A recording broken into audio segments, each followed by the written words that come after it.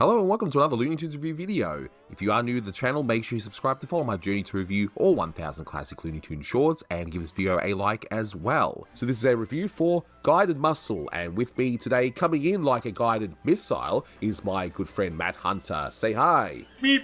Ah, yes. You've been on so many of these, you know exactly how to say hi on these in Roadrunnerese. Yes? Of course. Yes. So, as mentioned, this is a review for Guided Muscle, released on the 10th of December 1955. It's the 756th in the series, and it's directed by, who else? Chuck Jones. You can find this beautiful restoration on the Looney Tunes Golden Collection Volume 2 DVD set and on the Looney Tunes Platinum Collection Volume 3 Blu-ray set, and I'll have links below to both those sets. You will not find it on YouTube unless Warner Brothers themselves choose to upload it on their own channel, as it is under copyright. But in case you haven't seen this one, I don't even know why I bother with these synopsises when it comes to Roadrunner shorts. They're literally all the same. Cody's hungry, sees Roadrunner, goes after Roadrunner, and fails to catch him. The end.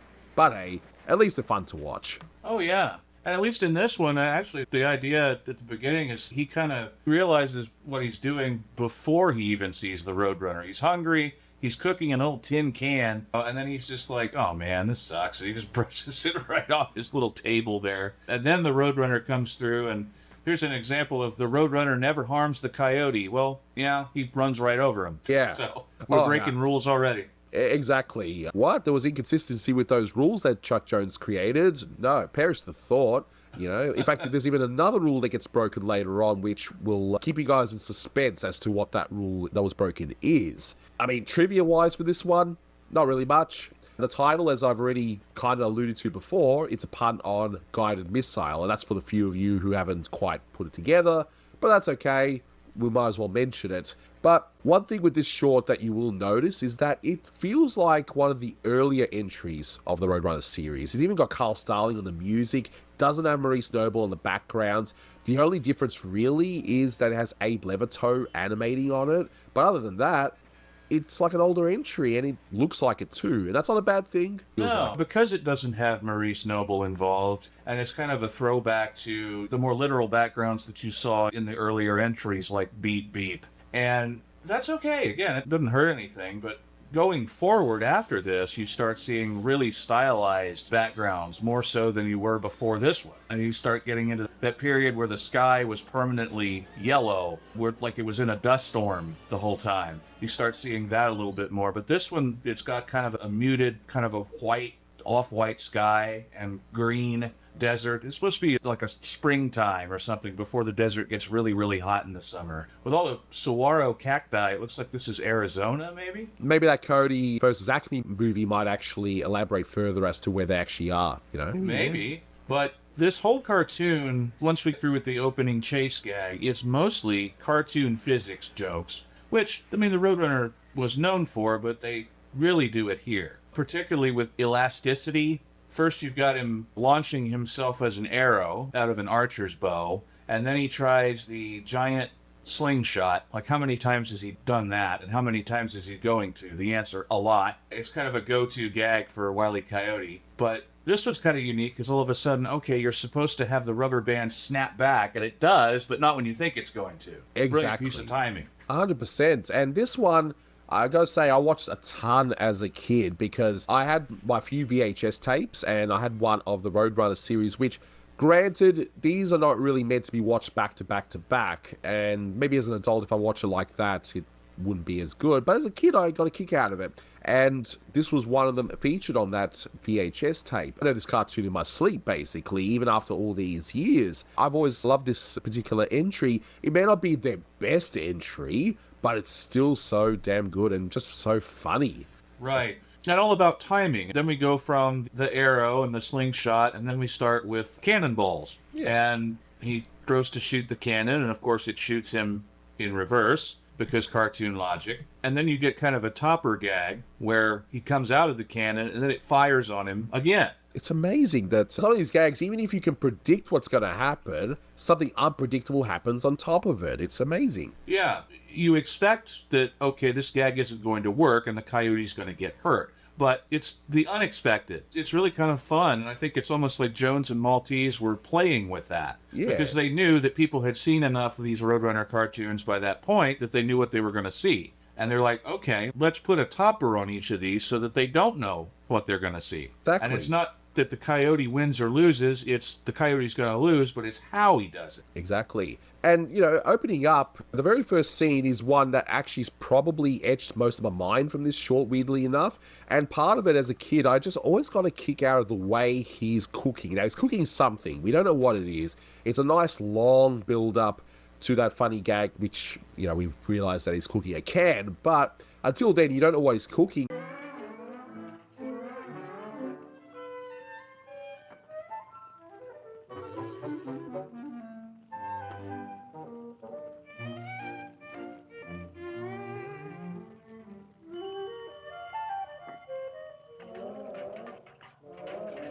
Just the character animation, the character moment here, especially, and this is my favorite moment, when he gets that bit of oil and just daintily just gets that one little drop, Yeah. complete with a ding. Yeah, Carl Stalling just going ding. You know, He's playing Master Chef with an old bucket and an old tin can. Exactly, and I guess the triangle player in the orchestra was working overtime that day, because I'd imagine that the triangle player wouldn't have too much to do in a lot of these orchestrations, but his clothes were cut out here. And I like the effects animation here too on the fire that he's got going underneath his little bucket there. That's really well done. You notice it's kind of held in a loop, you know, and it's not there for the whole time, but it's just really well done.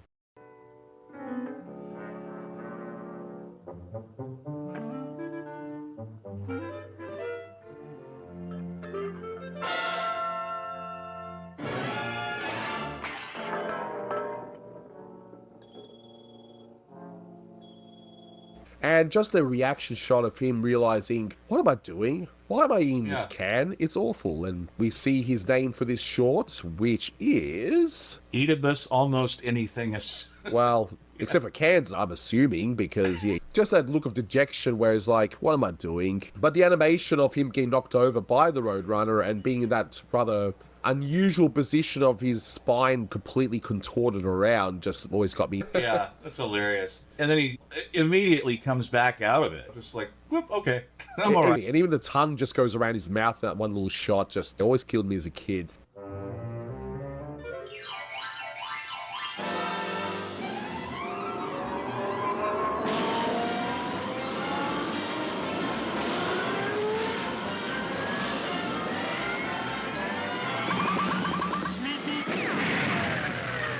But we all know that the Roadrunner's just going to taunt the Cody and just ends up going off, and Chuck Jones, master of timing, holds that pose of the Cody going, what just happened? And then we get kind of that grinchy smile. And they're like, I have an idea. And then we go into the cartoon physics stuff. Exactly. You already mentioned that whole bow and arrow thing, which I got to say, I just love how in this short, the layouts tell the jokes so well, and you think everything's looking normal. The Cody breaks the fourth wall as though he's saying, look, this is going to actually work, but no, we pan over, and that expression of him going through the cacti always killed me.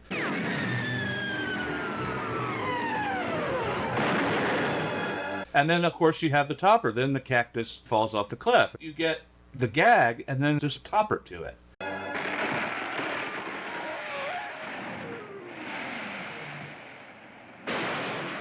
That whole rubber band gag that you mentioned already. As a kid, I was just always racking my brains going, how is this possible? What is holding this rubber band up like the way it is? It's just, it's ridiculous.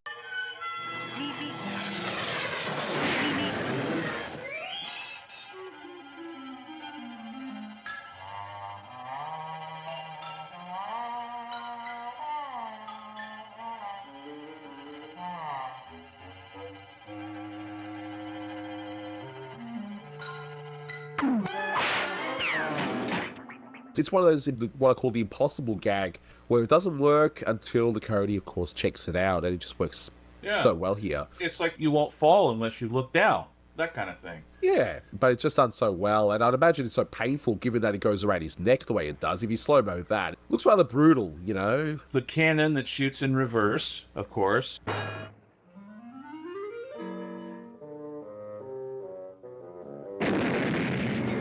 And then we get this brilliant bit with a wrecking ball tied to a tree, and you're like, okay, well, this is ridiculous already. But you're assuming that the wrecking ball's going to miss, it's going to swing back, and it's going to hit Wile E. Coyote.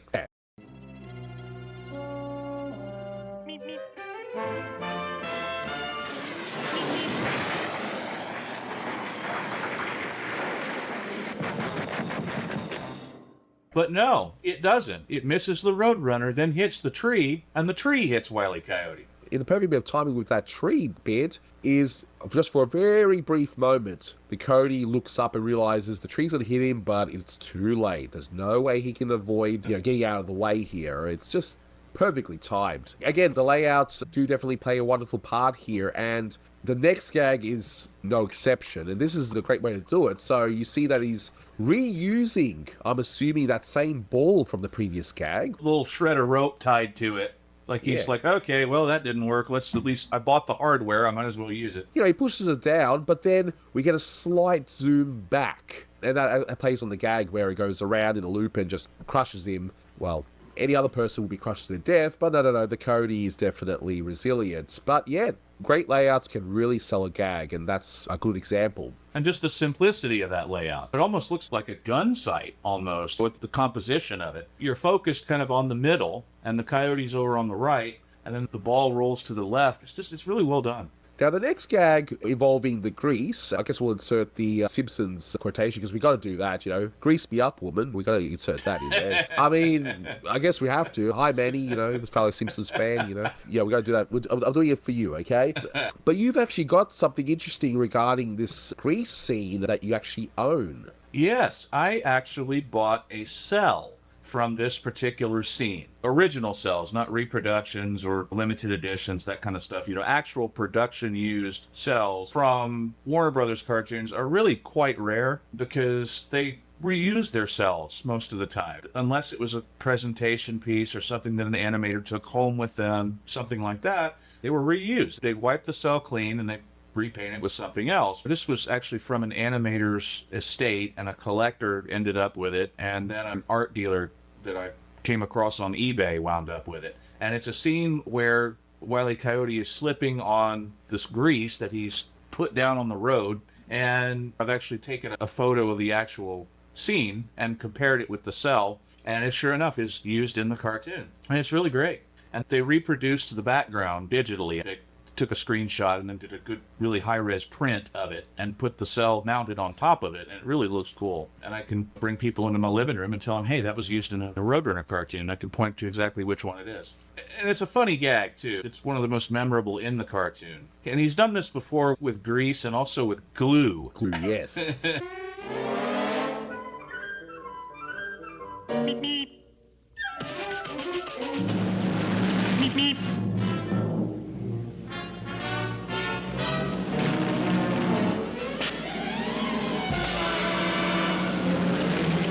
Beep, beep.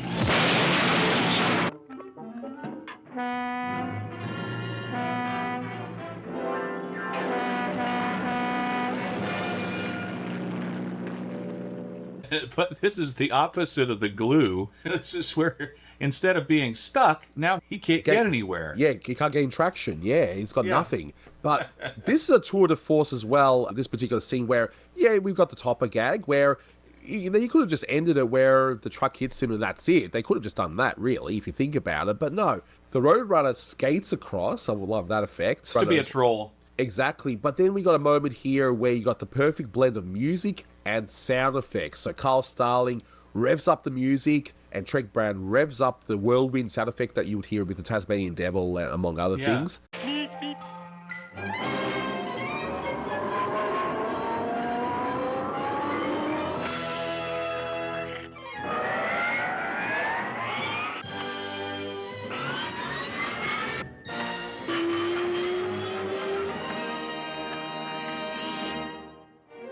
And it just works so well, showcasing the desperation for this Coyote trying to gain traction until he just goes to the ground and ends up being covered with grease, and that's pretty much it. It's just a great bit. Oh, 100%. And I just like how all the elements come to play perfectly in that one little moment there. But next gag is a quickie, but this is probably the best example of a layout telling a gag, because You think, okay, he's gonna, Swing on the rope across the canyon. That makes sense. Meep meep.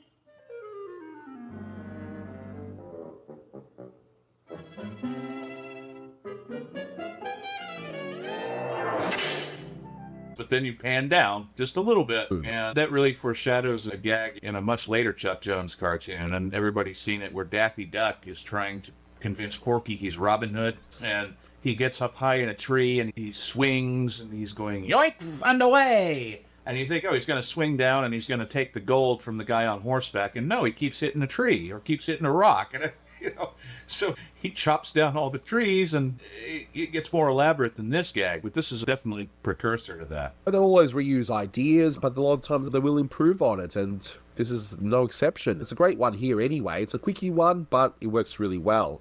And we get to the moment where it's another play with music. Carl Starling really plays it up. So I've always enjoyed as a kid where the Cody's looking down, he's seeing the Roadrunner eating the food, and he chuckles, but it's the music that does the chuckling.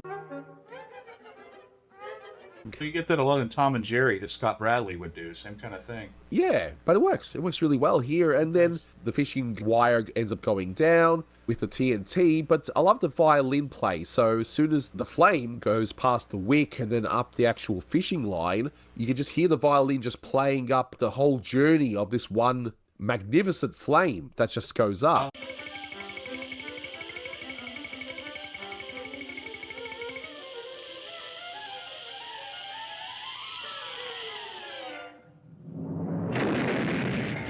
And then, of course, once Cody realizes what's going on, that one expression, breaking the fourth wall, priceless. Totally absurd. It's like, what the hell just happened? And it's one of those things where if he had tried again, it could work. Right. But the absurdity of it's like, well, maybe he was so put off by it. It's like, no, I'm not trying that again. So, hey, I can't blame him. Yeah. So now he goes and builds a machine. And speaking of absurdity, I mean, this is a gag that went over my head as a kid, but as an adult, I'll look at this and just laugh at the absurdity of it. How to tar and feather a Roadrunner, 10th printing. Like, how many ways have they tried? And I wonder who the author is. I want to know more about this book. The 10th printing, my goodness. You got certain books that are genuinely good, and they only have one printing, like that Maurice Noble book. Look, give us another printing of that, for crying out loud. No kidding. Yeah, I never could get a copy of it. Yeah, the Noble approach. It goes for, hundreds of dollars on eBay when it's even there. It's like, wow. Exactly. Okay. Give us that book, not a potential 11th edition of this How to Tar and Feather Roadrunner. My goodness. So Warner Brothers, if you're watching or listening, please make it happen somehow. We need that book back in print. It looks amazing. Because I've seen the PDF. The PDF has been made available. But come on, I want the book itself, I do too. I love the fact that he actually tries it on a cactus before he tries it on the Roadrunner.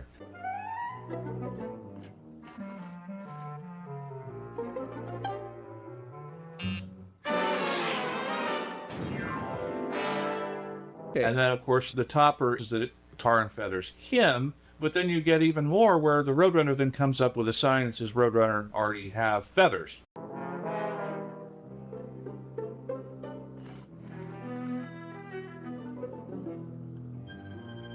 Beep beep. Beep beep.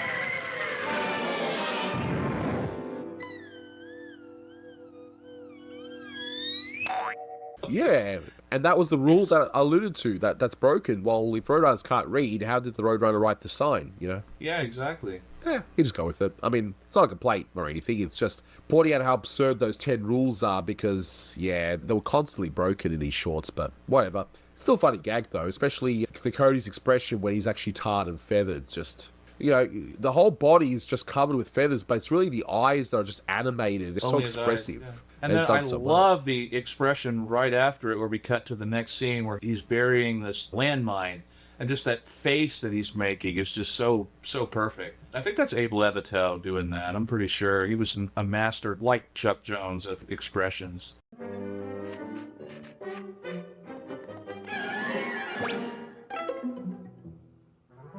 Beep beep. Beep beep.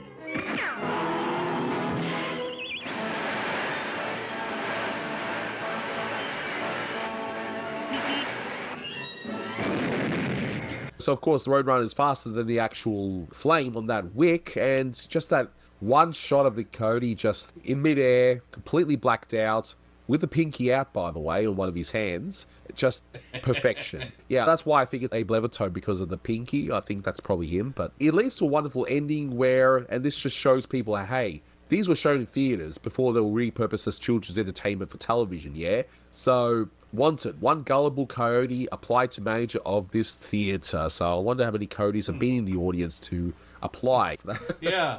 And I forget how they did that on Saturday mornings, because on ABC, they would cut the opening and closing titles, and they just put a generic one on there for time purposes. And I don't remember if they had him pull back the "That's all, folks" like he does in the print we see now, or if he cut to a commercial. I don't remember. I think they just cut it. Yeah, but, that's definitely something that was altered when they showed it on TV back in the early 90s anyway. And it is something that wasn't done too often, but it's one of those rare times where you've got the characters interacting with the end titles. I know Clamper did it once with the whole end titles exploding, the old grey hair and then whatnot. So, yeah, it's one of those rare times it happens, and it happens here, and it works pretty well, where the Cody's just had enough. He just wants it all to end. There's also one where the Roadrunner writes "That's all, folks" in the dust. And there's one where he pulls it down like a shade. The Roadrunner cartoons did it more than a lot of them. Exactly. I just think it's a great cartoon. Yep. Another 10 out of 10, I would say, for Joan. Yeah, another 10 out of 10 for me.